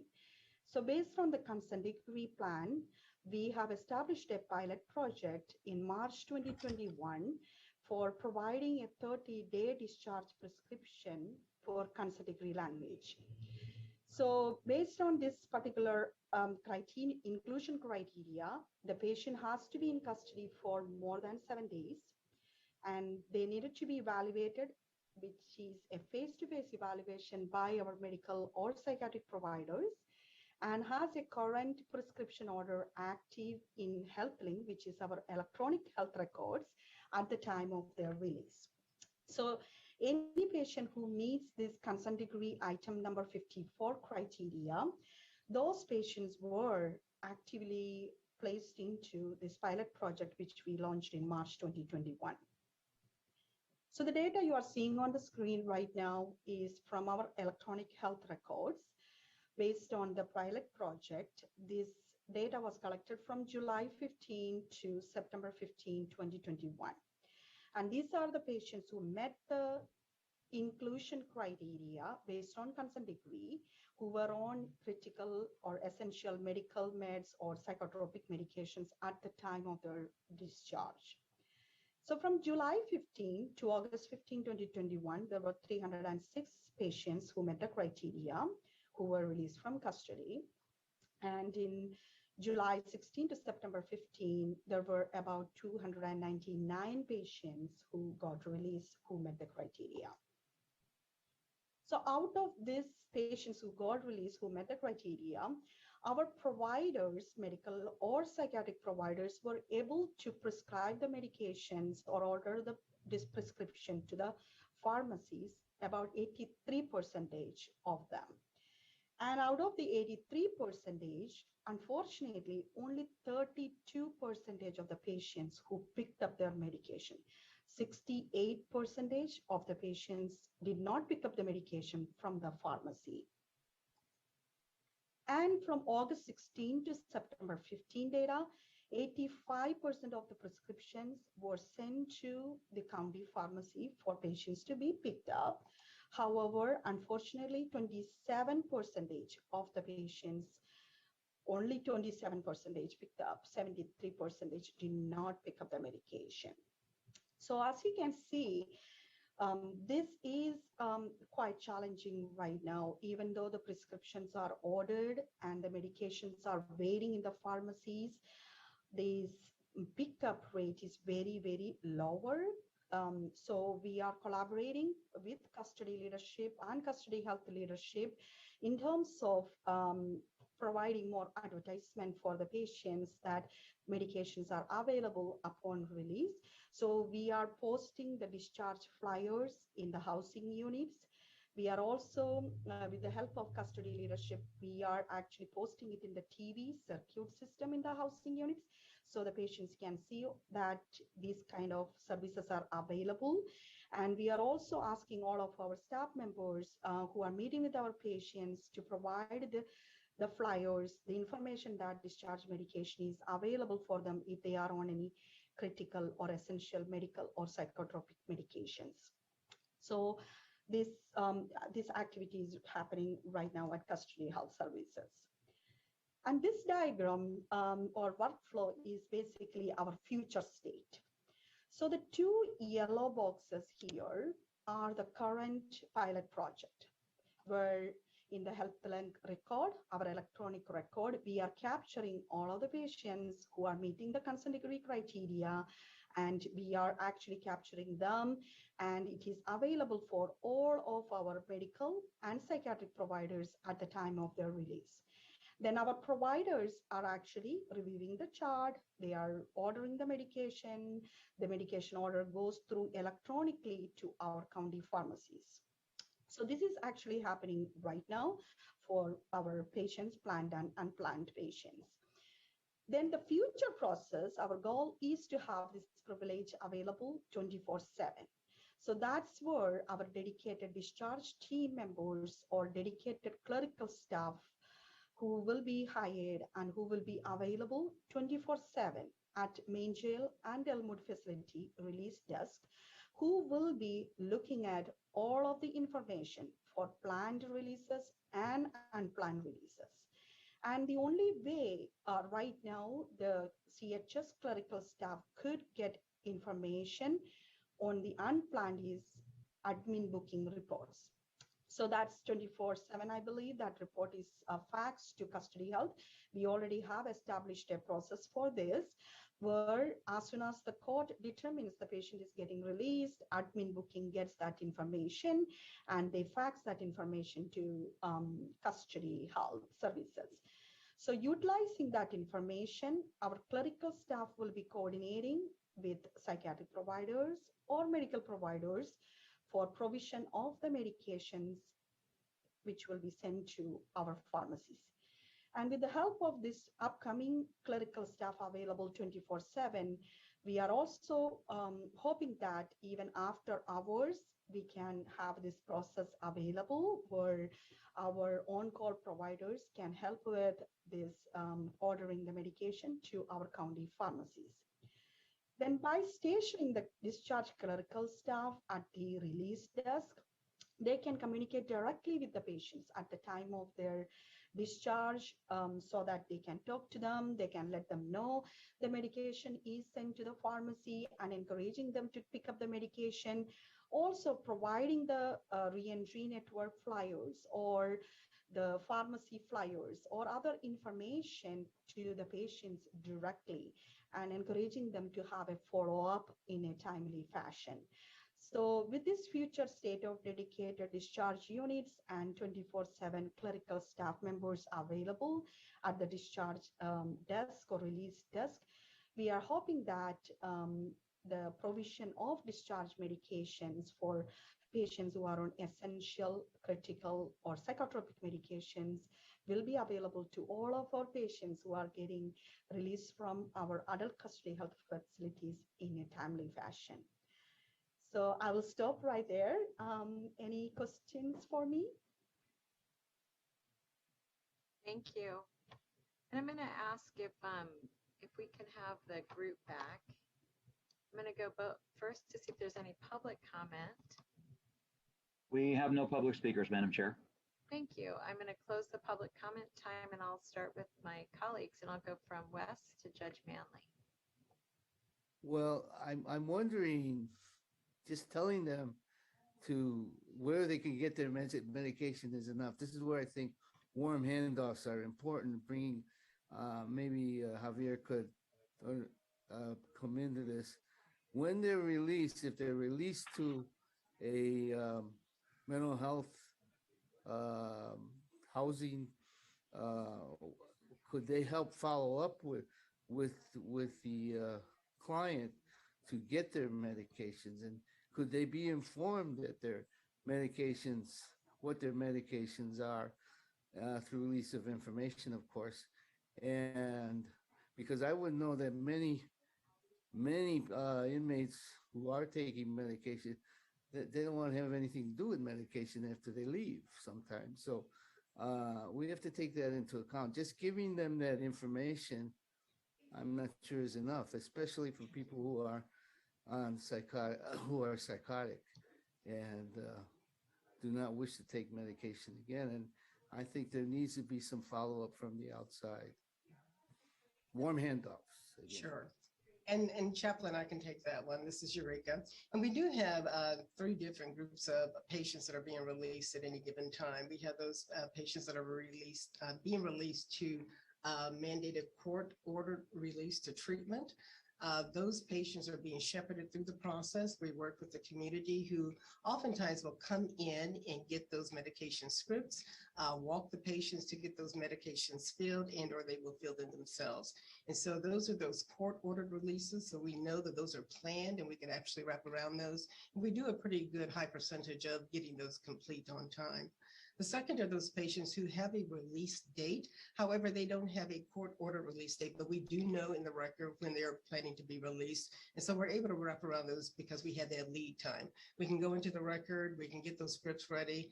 When the patients are leaving, those scripts are made available to them with the information on where to get those filled. If they're getting them filled in the Valley pharmacy systems, then there's no issue in picking those up without any type of either ID and or any kind of cost. And then the third one are those patients that have those unplanned discharges. These are patients that are being either released on bail, their charges have been dropped, and or they have a court hearing that they're just being released from the courts. Those are those ones that we're working very closely with Superior Court and with our custody bureau. What we have done is we set up a dedicated line. And so as those patients are coming back from court and intermittently very quickly being released from the jail setting without any notice, we have a dedicated line now that we are also getting those notices in real time, and so that we can wrap around them. Part of the restructure plan that we put in place was to put this dedicated discharge unit in place simply for this purpose amongst, just that continuity and care as patients are being released. And so we will be having dedicated staff on board, and these will be at the release stations working in tandem with our release officers. And so as those unplanned discharges are leaving, we're processing them as well in real time. Also, we have community workers, and we're also part of the restructures to bring on these community workers in addition to these discharge medical unit clerks. And mind you, as Anu mentioned, we'll have a discharge medical unit clerk on every shift and at both main jail and at Elmwood. And so, of course, that's all they're doing is going to be processing not only the disposition of the patients, but the medications. Making sure we contact the doctors, making sure we get the medication reconciliations and the scripts written and in the patient's hand, ideally. The difficulty with providing medications at release is that we have no on-site pharmacy. And so we're having to, provide the scripts. We don't have medications on site to provide, real medications in the patient's hands as they leave. And so that's part of the process right now. But with the community workers, if the patients are released during the day hours, we could actually, at least from the main jail, do that soft handoff and walk them over to reentry. So that's part of that plan, is to get them from here to reentry as well. And so that's part of the bigger picture. We're also looking at years ago, just with, custody health services, there was a contract that we were looking at a system called Navitus. And Navitus basically is a health solutions benefits manager where they have several different contracts throughout the county in retail pharmacy. And so that was back in 2017, 2018. For whatever reason, prior to my being here, that contract was never solidified, but we are revisiting that contract. I do have an appointment to talk to our director of contracts to look at revisiting that contract. And if indeed we get that contract solidified, then the patients can go to any retail pharmacy and also get their medications filled in real time. Some of the pharmacies may be 24-hour. But one of the things we have to work around is that these, with Navitus, one of the difficulties before is that it required an ID with the patients. And so as the patients, even if they were to go to a Navitus retail pharmacy, they would have to have an ID and or a driver's license. So we're also entertaining, can we provide in-house production of an ID and a driver's license for patients who don't have those? And so we're looking at that. What would it take to have, if we have to either, and of course we need to work with our custody colleagues as well, but to at least issue a driver's license, not a driver's license, but at least an ID card, so that they would have that in hand if they were to go to a contract under Navitus to any retail pharmacy. So those are the things that we have a couple of different buckets. We have the planned through the courts. We have the plan because they have a release date, but not through the courts. And then we have these unplanned. Where the new just presented on, part of this is built into our consent decree. And one of the items in the consent decree that all patients who have been here for more than 7 days, who have also had an appointment with a provider and who has had scripted medication will leave with a 30-day script. And so that's the pilot we're doing currently.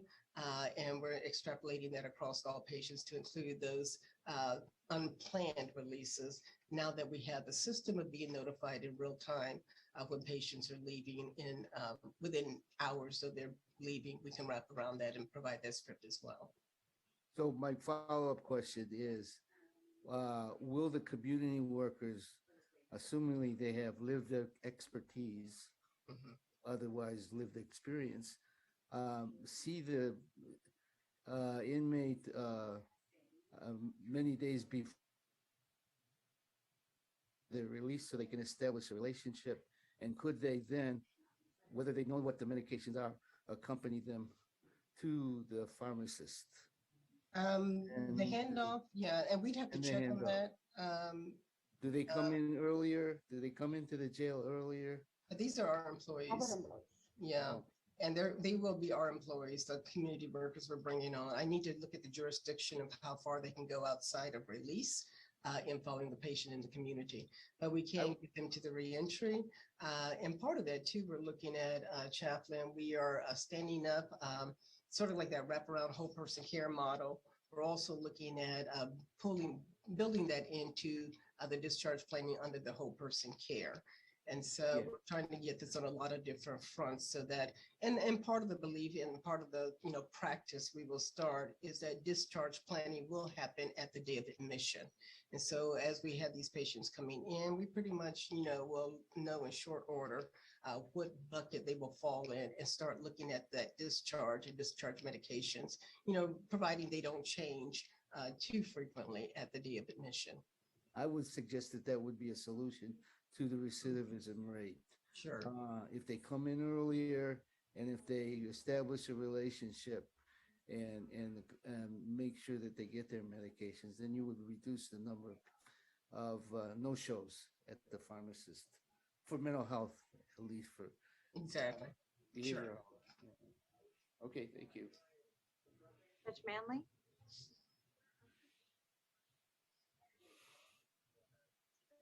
Judge Manley, you're on mute. There. Thank you.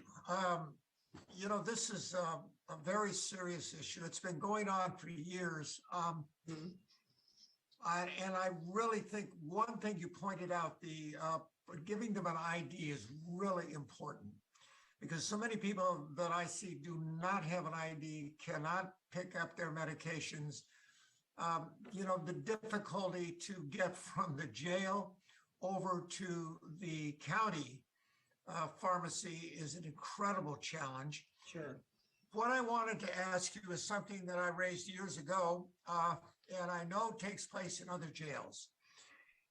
What reason is there that the defendants cannot be given a prescription when they leave, given the pills? And part of that, sir, is that we don't have a pharmacy on site. We get all of our medications from Valley Medical Center.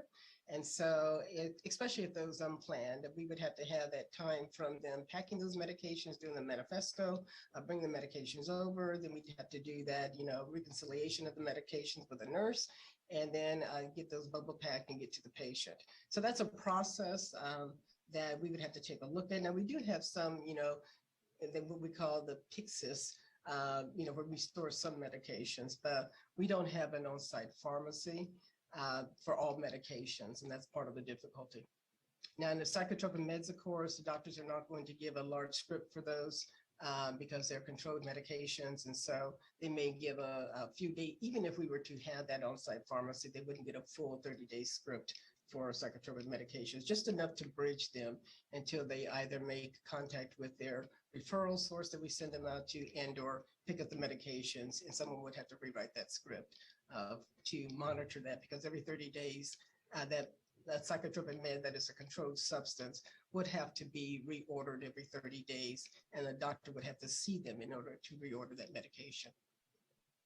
I understand, and to me, if you can even give a short number of pills or whatever the medication is, it would make a real difference for a number of people.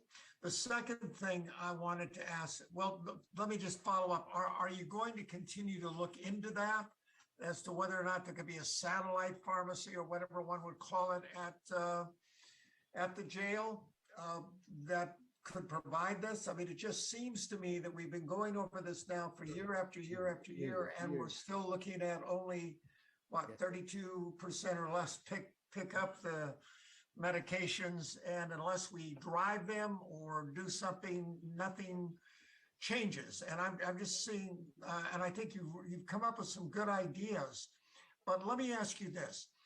You use the term, which I really support, discharge planning should begin on the day they're booked into jail. Yes. Now, many of the people I see have been booked in again and again and again. We really know what medications they need to be taking. So if you're doing this planning from the beginning, I don't understand why there's a problem of unplanned release. In other words, you should know the list of the medications the defendant needs, even, and absent any changes along the way while they've been in custody. You should know that from day one because you've had them before. Why couldn't you have that already ready? All right. So if there's an unplanned release, you can make sure at least they had a prescription, so that we don't have anybody leaving the jail without a prescription if we can do nothing else. And to that point, all the medications when the patients are coming in have to have a reconciliation. And so the doctors would have to rewrite those scripts. Now, depending on the condition of the patient when they come in, some of them decompensate. Some of those medications may need to be reordered and titrated up or down, and or new medications might be prescribed. And so, and I understand your point, but the medications are not stagnant because medication regimes for some of these patients do change several times while they're here. And so part of what we're doing, though, is as we're looking at the medications and as we're looking at the planned discharge dates, we're pretty much in the high 90s for those planned because we can wrap around them. The unplanned are the difficult ones where the medication would have to be reconciled in real time. A script would need to be written because the doctor's not going to write that ahead of time. And so they're not going to write a script ahead of time without knowing when that patient's going to be leaving so that they can do a reconciliation of the medication. And each script that a patient leaves with has to go through a doctor again. And the doctor has to do that reconciliation in the record in order for us to be able to get that medication. I just hope that you work on improving that. Absolutely. And real, now that we have so much done electronically, it would just seem to me that could be done. Sure. Finally, I would like to ask you, are you giving notice to the treatment provider or the last individual doctor or program in the community that the individual was being treated by at the time of release so that there can hopefully be follow-up from that end? We do that, especially on a lot of the chronic care conditions when we have patients with Hep C, for instance, HIV. We do quite a bit of work with reentry. We actually have those patients seen at reentry. And so we have those connections in the community as well. And so a lot of those, we try to have those patients' appointments scheduled prior to on the medical side of the house. For the mental health side too, especially with the planned discharges, with working with community, Sherry's group, the behavioral health in the community, we're sharing now a common referral form. And so we're sharing a common referral form. And we had a training probably about a week or so ago with Sherry's team and our team so that we can utilize this shared referral form that behavioral health is using, we will be using, and making those referrals to behavioral health and to other providers in the community. So that will be where ahead of time we can do that. They will get those referral forms. We'll start looking at what that handoff is and that continuity and care in the community. Thank you. You're welcome. Erin and then Mary. Thanks. So first I want to acknowledge the complexity and appreciate the efforts that you've made, Dr. Day, on this. But I think that I want to join in and saying, I think people need to leave jail not with a script, but with a prescription. Sure. And I know I get contacted contacted regularly by companies that want to send up pharmacies in our little clinics. And so it just feels like there needs to be a way to make that happen.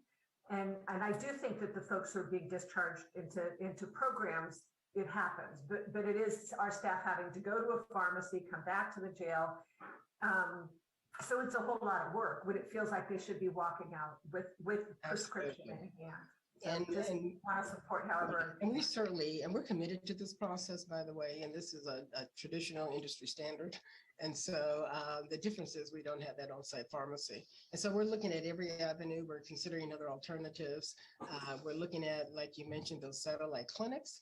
Now, what we do need to make sure, however, is, you know, a lot of the, and I have to say this, and I'll be very candid about it, is when we have patients as they're leaving different hours of the day, especially if they're leaving after hours, and they don't have access to either the pharmacy that evening and or they don't have access to shelter, then leaving with a script of medications in your hands simply will become a bartering tool. So we need to be mindful of that as well. And depending on the kind of medication, if it's a controlled narcotic, they typically will bridge several different pills, but not a 30-day script. And so those type of things we'll look at internally. But we do also provide, just for your knowing, transportation. We do offer vouchers for patients to get to the pharmacies.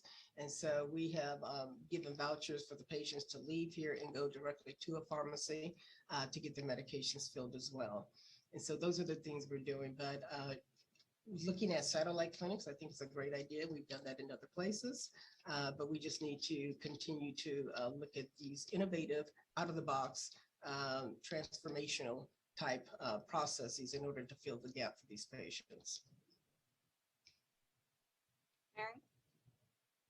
I just had a quick question, let me lower my hand, about the right of medication refusal, which is, I'm wondering if you know, percentage-wise, how many of the patients refuse to take the medication? They just won't take it. Absolutely. And thank you for that question. That's a good question, Mary, because patients have rights and they have rights not to take medication. And so we encourage, we do, engagement activities. We do what we call risk mitigation and education so that the patient is aware that if he refuses medication, this may be the outcome to your health. And so we do those things, but some patients may not take it. Although we try as we might to educate them. And all the medication administration that we do, we are also doing risk mitigation and we are also doing education. There's a process that we have that if a patient refuses a medication, however, then we have a medication refusal form. So that part of that medication refusal form is, first of all, we need to make sure that there's effective communication, meaning that the patient understands that in lieu of taking your medication, these may be the outcomes to your health. And so once we do those things, and nurses have to do that, the patient signs, and we have to have 2 signatures on that refusal form. But the risk mitigation is the education around their health and the outcome to their health if they're not an active participant in their medication regime. But at the end of the day, and our, monitors, anyone will tell you these patients they have patient rights and they have the right to refuse. Are they ever court ordered to take their medication? We do have a process, and it's a legal process, and it goes through the courts, and it's called the PC 2603. Okay. What that is, a Penal Code 2603, where we need to go through the courts because the patient cannot make good decisions for themselves. They may be in harm of themselves or harm of others, or we can get a court order to what they call forced medications.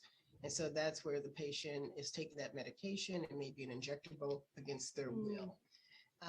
Now, typically, if we do that, you can't just do that on any patient who refuses. No, of course not. A lot of folks, they are cognizant, they are making informed decisions, and they're capable of doing that. It's those patients who are not able to do that. And so we're working with the courts now to make sure we get that process in place. And then typically, once or twice, the patient has to take a medication, quote unquote, against their will. They're more likely to take it next time when you give it to them. So. Okay. That must be hard. But at the end of the day, and I say this often, and I say it very intentionally, that these are patients and they have rights, and we can engage them, but we have certain parameters. But as far as medications, we do have patients that cannot act in their own best interest. They're in danger to themselves or someone else. Then, of course, a psychiatrist, and this is just on the psychiatry arm, could activate and operationalize that PC 2603 process. Thank you. Well, just let me say, that's why I say community workers with lived expertise can help persuade them, not force them, but, maybe be able to persuade them. This is what happened to me when I got out. Sure. And I just forgot about everything, and I just wanted to get out, Sure. And so they can say, they can say, be careful. Absolutely. That's And that's where they come in. That's what. Chaplain, the community workers, I'm referring to our coded hired employees. And so they may or may not all have a lived experience, but these are employees that will help with the discharge, shepherding the patients to the reentry center, educating, helping get the education to them as well, and being part of the discharge team and being part of the whole person care model. So they are going to be critical and pivotal in making sure the patients, and part of it too is education and the patients being a partner in their care and knowing and understanding the medications. At the end of the day, if we do this well, you could ask any patient what medication they're taking. They should be able to tell you, and they should be able to tell you why. And so that's that piece too, as we get patients to become a partner in their care. And when I say a partner, that means that they are, well-informed. They know what medications they're taking. They know why. They know what their diagnosis is. And so, and for chronic care diseases, they know what that chronic care disease is. They know if they have diabetes and they are going to the commissary and buying Snickers bars, that there's going to be an impact. And so a lot of this is that patient education and helping that patient. And it's very empowering for them to become partners in their care. Yep. So. Thank you, Dr. Day. I'm going to just say this is really an advancement, and I'm really just grateful for all the work that you've done in such a short time. It's pretty dramatic. I will say that I think we now have to revisit the conversation about the on-site pharmacy, and we didn't do it for a long time, and I'm trying to find Miguel, because I know that this was an area that Dr. Smith had some strong feelings about. And so what I'm going to ask is that we agendize this for a discussion at our next meeting, and perhaps make sure that Dr. Smith can join us at that meeting, along with probably Renee Santiago as well. And we can leave it as a discussion item. But the reason I want to put it on is that I think now that we've instituted everything but, we can see that there's still this really significant delta, and there's probably no way to get there absent really making sure that we have the resources on site for the medical professionals that we're asking to have people not come back, like help them launch. So, and what I'd be interested in is looking at the pharmacy, either a pharmacy that is dedicated to the in the jails as a mini, a small pharmacy, and or something at the reentry center. So just if we can take a look at that, at least for discussion. All right. So our last items on the agenda, folks, are items 8 and 9. We're going to hear these two together. I think this is going to be presented by Javier. And as a reminder, this is a semi-annual report for the Office of Reentry relating to the AB 109 programs and other initiatives. And then item 9 is a semi-annual report from the Office of Reentry Services relating to the 3-year adult reentry strategic implementation plan. So Javier. Thank you, Supervisor Chavez, and I'm going to introduce Chad Martins, the program manager, too, who will be doing the presentation on this item. Oh, great.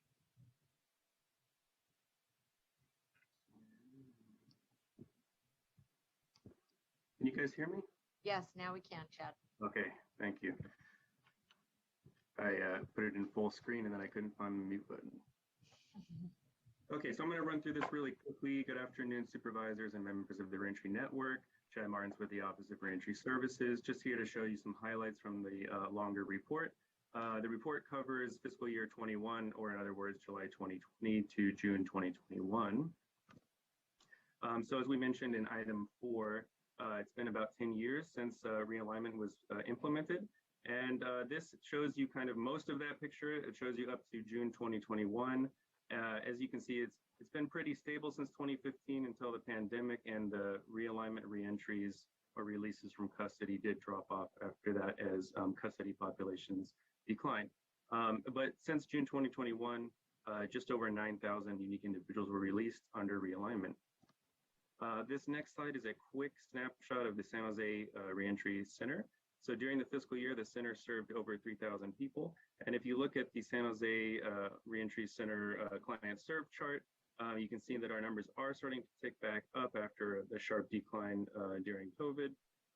Not quite where we were before, but getting there. And rates of homelessness and unemployment are still high and are actually a little bit higher than they used to be.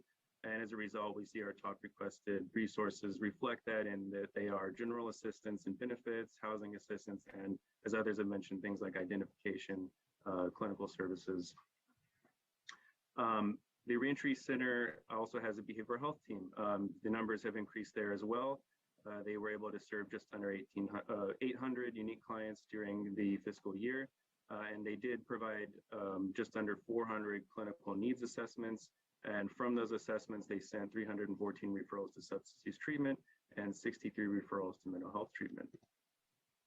These next couple of slides are just some highlights from our partners who all do amazing work.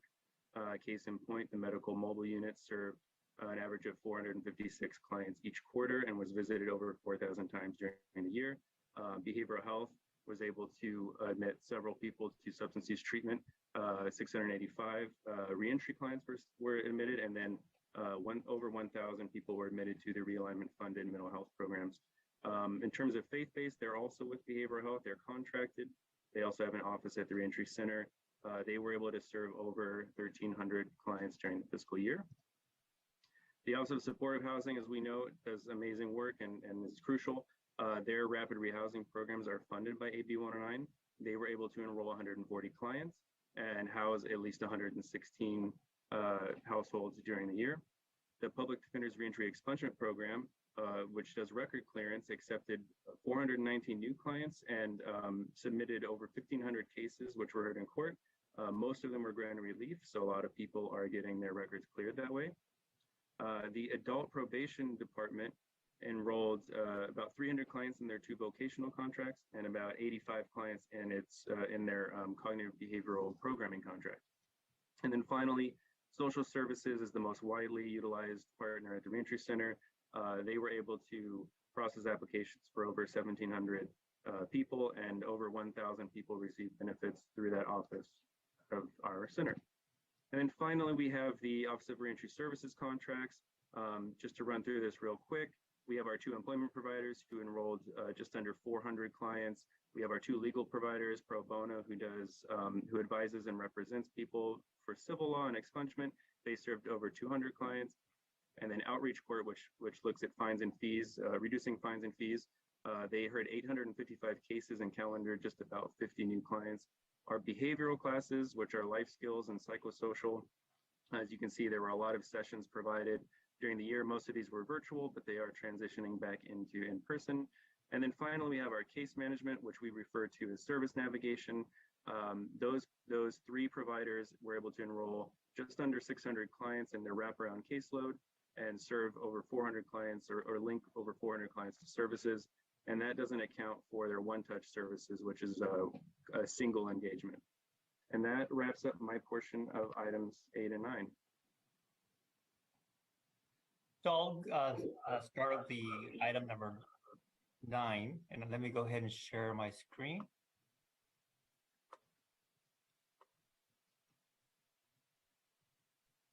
Can everyone see the PowerPoint presentation? Yes. Okay.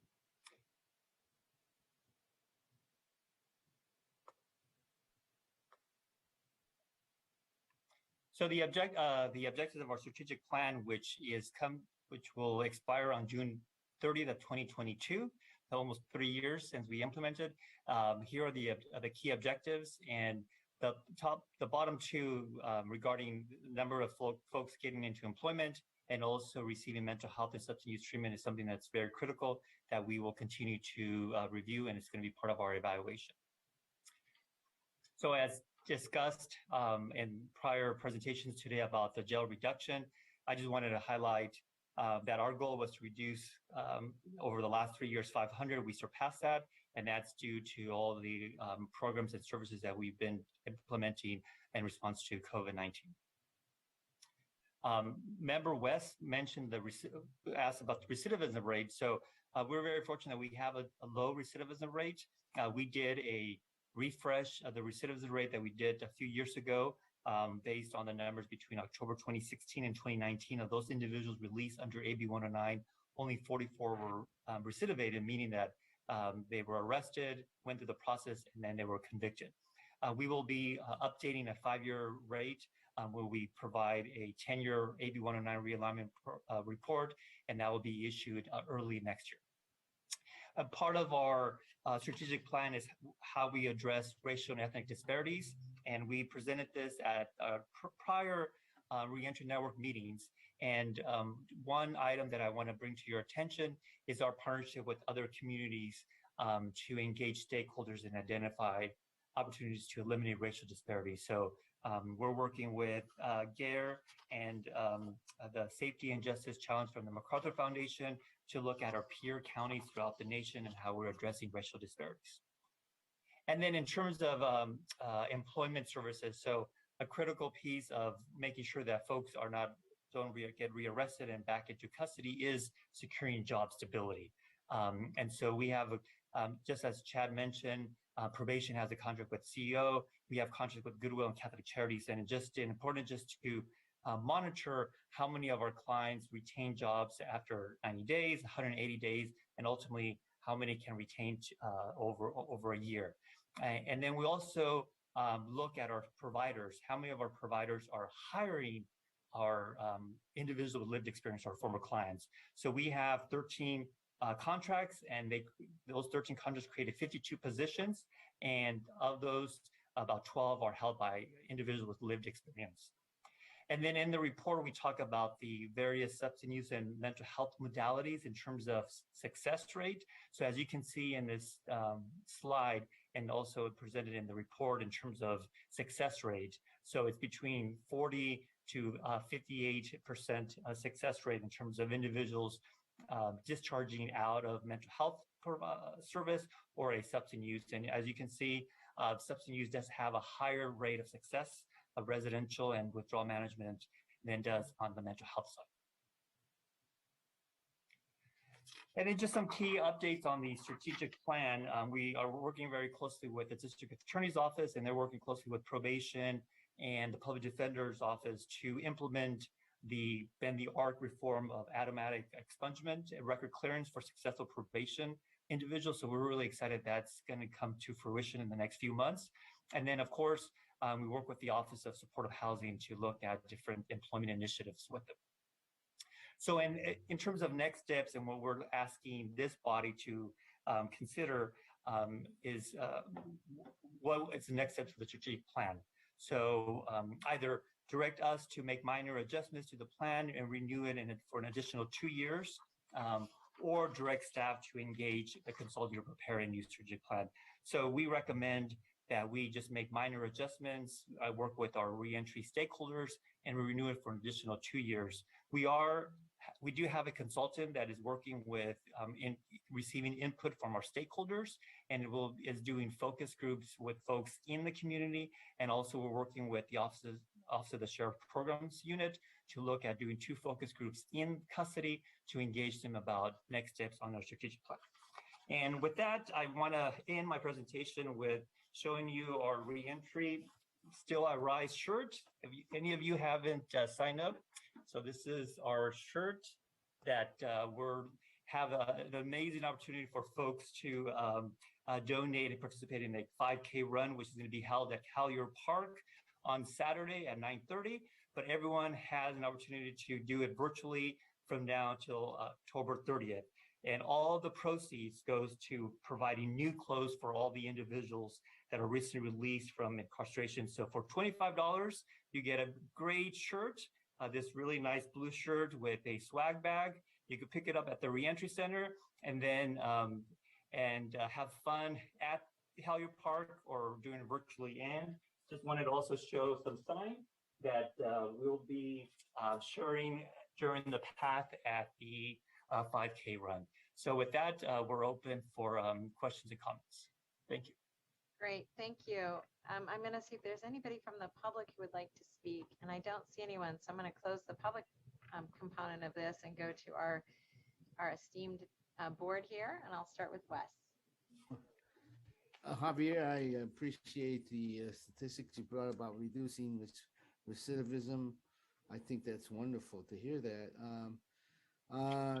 My question is, just wondering about racial disparities, knowing that Latinx and African Americans are well above their populations in the jail. What plans do you have to reduce those populations in the jail, and what are you doing before they go to jail for that? I'm thinking about gang prevention for youth and things like that. Absolutely. Thank you for that question. And one of the stakeholder interviews we've been doing with our folks with the Lived Experience Advisory Board is looking at offering opportunities. And those key opportunities are those that a lot of our people of color lacked growing up, and that's education and employment. Again, education and employment. And if we could offer those opportunities for them now, can change the trends. And, you know, the Board of Supervisors approved an additional position with the County Office of Ed, a Justice Education Coordinator, which I think is going to be so integral because that individual is going to be working with folks in custody. And our goal is for them to work with their kids in the community to make sure that their education is being planned out and stabilized. We really do need to end this generational curse of all of our clients having their kids already in the system or prepared to get into the system. So breaking that. So we're really excited about creating more employment opportunities, hiring more of our staff into the county with community workers, and then offering more education possibilities for our clients. Thank you. Any other comments or questions? This is Pastor Tony. All right. Hi, I just wanted to say thank you to Javier. It's been great working with you since we started Reentry, and it's like a dream come true as we were talking about it and thinking about it before it kicked off. And just want to say thanks for all the work you do and great job. Thank you, Pastor Williams. Thank you. And actually, Pastor Williams, I still remember a plane ride we had together where you were dreaming about this many years ago. And to see where it came is amazing. Yeah. All right. Well, thanks all. And Javier, I think the feedback you're getting is that stay the course. And I think we want to dive into components of this as we discussed during the meeting. But I think overall, I think people are saying stay the course, and then let's take some deeper dives. All right. Well, with that, we have no other comments. This was our last item. I think we are meeting again December 8th. And I'll look forward to seeing all of you. And thank you for your active participation in this very important work. Appreciate you all. Be well, be safe. Thank you. Bye. Thank you. Recording stopped. Miss Day, Dr. Day, I like to talk to you sometime if I can. Oh, absolutely.